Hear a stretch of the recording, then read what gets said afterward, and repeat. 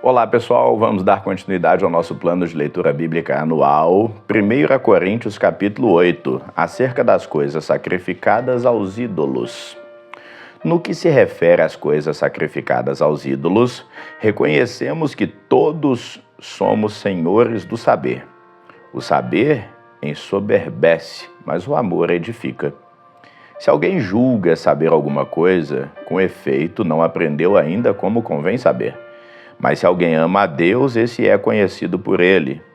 No tocante à comida sacrificada a ídolos, sabemos que o ídolo de si mesmo nada é no mundo e que não há senão um só Deus.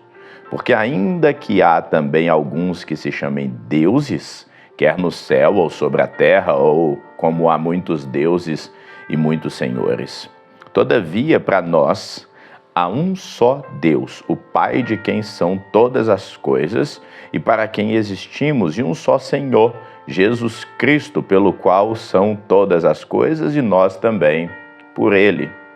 Entretanto, não há esse conhecimento em todos, porque alguns, por efeito da familiaridade até agora com o ídolo, ainda comem dessas coisas como a ele sacrificadas. E a consciência destes, por ser fraca, vem a contaminar-se.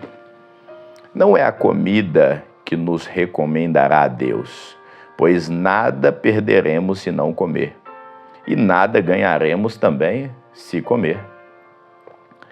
Vede, porém, que essa vossa liberdade não venha de algum modo a ser tropeço para os fracos, porque se alguém te vir a ti, que és dotado de saber, à mesa, em templo de ídolos, não será a consciência do que é fraco induzida a participar de comidas sacrificadas a ídolos? E assim, por causa do teu saber, perece o irmão fraco, pelo qual Cristo morreu, e desse modo, pecando contra os irmãos, golpeando-lhes a consciência fraca, é contra Cristo que pecais. E por isso, se a comida serve de escândalo a meu irmão, nunca mais comerei carne para que não venha a escandalizá-lo. 1 Coríntios capítulo 9, a liberdade e dos direitos do apóstolo Paulo. Não sou eu, porventura, livre? Não sou eu apóstolo? Não vi Jesus nosso Senhor? Acaso não sois frutos do meu trabalho no Senhor? Se não sou apóstolo para outrem, certamente o sou para vós outros, porque vós sois o selo do meu apostolado no Senhor. A minha defesa perante os que me interpelam é essa: não temos nós o direito de comer e beber? Eu também o de fazer-nos acompanhar de uma mulher irmã, como fazem os demais apóstolos e os irmãos do Senhor e Cefas. Ou somente eu e Barnabé não temos o direito de deixar de trabalhar?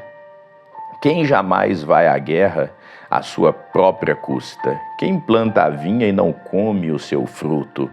Ou quem apacenta um rebanho e não se alimenta do leite do rebanho? Porventura fala isso como homem, ou não o diz também a lei?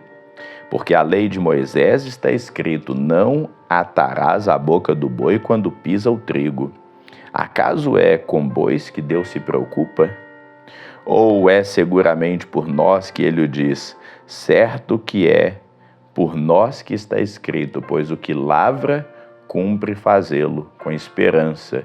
O que pisa o trigo, faça-o na esperança de receber a parte que lhe é devida. Se nós vos semeamos as coisas espirituais, seria muito recolher de vós bens materiais? Se outros participam desse direito sobre vós, não temos nós maior medida? Entretanto, não usamos desse direito, antes suportamos tudo para não criarmos qualquer obstáculo ao Evangelho de Cristo. Não sabeis vós que os que prestam serviços sagrados do próprio templo se alimentam? E quem serve ao altar, do altar tira o seu sustento? Assim ordenou também o Senhor aos que pregam o Evangelho, que vivam do Evangelho. Eu, porém, não me tenho servido de nenhuma dessas coisas e não escrevo isso para que assim se faça comigo, porque melhor me fora morrer antes que alguém me anule essa glória. Se anuncio o Evangelho, não tenho de que me gloriar, pois sobre mim pesa essa obrigação, porque ai de mim se não pregar o Evangelho. Se o faço de livre vontade, tenho galardão, mas se constrangido, é então a responsabilidade de dispensar o que me está confiada. Neste caso, qual é o meu galardão? É que evangelizando proponha de graça o Evangelho para não me valer do direito que ele me dá, porque sendo livre de todos, fiz-me escravo de todos, a fim de ganhar o maior número possível. Procedi para com os judeus como judeu, a fim de ganhar os judeus. Para os que vivem sob o regime da lei, como se eu mesmo assim vivesse, para ganhar os que estão debaixo da lei. Embora não esteja eu debaixo da lei. Aos sem lei, como se eu mesmo fosse, não estando sem lei para com Deus, mas debaixo da lei de Cristo para ganhar os que vivem fora do regime da lei. Fiz-me de fraco para com os fracos, a fim de ganhar os fracos. Fiz-me de tudo para com todos, com o fim de, por todos os modos, salvar alguns. Tudo faço por causa do Evangelho, com o fim de me tornar cooperador com ele. Não sabeis vós que os que comem no estádio, não sabeis vós que os que correm no estádio, todos na verdade correm, mas é só um que leva o prêmio? Correi de tal maneira que o alcanceis. Todo atleta em tudo se domina. Aqueles que alcançaram uma coroa corruptível, nós, porém, queremos alcançar a incorruptível. Assim corro também eu, não sem meta. Assim luto, não como desferindo golpes ao ar, mas esmurro o meu corpo e o reduzo à escravidão, para que, tendo pregado a outros, não venha eu mesmo a ser desqualificado. 1 Coríntios capítulo 10, exemplo da história de Israel. Ora, irmãos, não quero que ignoreis que nossos pais estiveram todos sob a nuvem, e todos passaram pelo mar, tendo sido todos batizados, assim na nuvem como no mar, com respeito a Moisés. Todos eles comeram de um só maná espiritual. Beberam da mesma fonte espiritual, porque bebiam de uma pedra espiritual que os seguia, e a pedra era Cristo. Entretanto, Deus não se agradou da maioria deles, razão por qual ficaram prostrados no deserto. Ora, essas coisas se tornaram exemplos para nós, a fim de que não cobicemos as coisas más, como eles cobiçaram. Não vos façais, pois, idólatras, como alguns deles, porquanto está escrito: o povo assentou-se para comer e beber, e levantou-se para divertir-se. E não pratiquemos imoralidade, como alguns deles o fizeram, e caíram num só dia 23.000. Não ponhamos o Senhor à prova, como alguns deles já fizeram, e pereceram pelas mordeduras das serpentes. Nem murmureis, como alguns deles murmuraram, e foram destruídos pelo exterminador. Essas coisas lhe sobrevieram como exemplo e foram escritas para advertência nossa. De nós outros, sobre quem os fins dos séculos têm chegado. Aquele, pois, que pensa estar de pé, veja, para que não caia.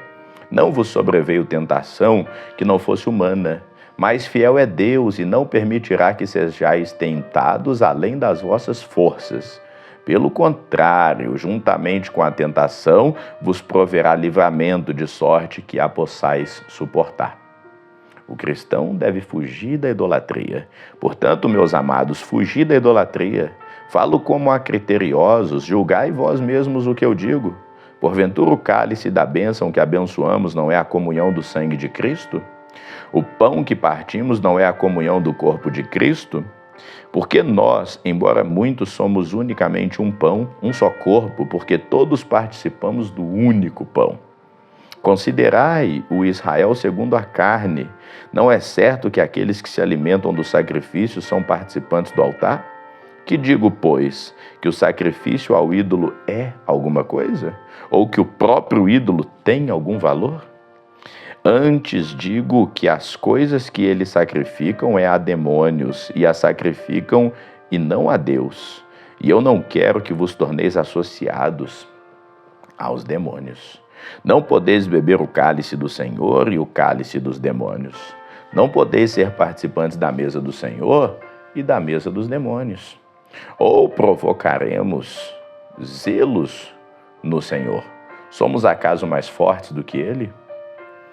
Os limites da liberdade cristã. Todas as coisas são lícitas, mas nem todas convêm. Todas as coisas são lícitas, mas nem todas edificam. Ninguém busque o seu próprio interesse, e sim o de outrem. Comei de tudo que se vende no mercado, sem nada perguntar por motivo da consciência, porque do Senhor é a terra e a sua plenitude. Se algum dentre os incrédulos vos convidar e quiserdes ir, comei de tudo o que for posto diante de vós, sem nada perguntar por motivo de consciência. Porém, se alguém vos disser, isso é comida sacrificada a ídolo, não comais, por causa daquele que vos advertiu e por causa da consciência. Consciência, digo, não a tua própria, mas a do outro, porque há de ser julgada a minha liberdade pela consciência alheia. Se eu participo com ações de graças, porque hei de ser então vituperado por causa daquilo que eu dou graças. Portanto, quer comais, quer bebais ou façais outra coisa qualquer, fazei tudo para a glória de Deus. Não vos torneis causa de tropeço, nem para judeus, nem para gentios, nem também para a igreja de Deus.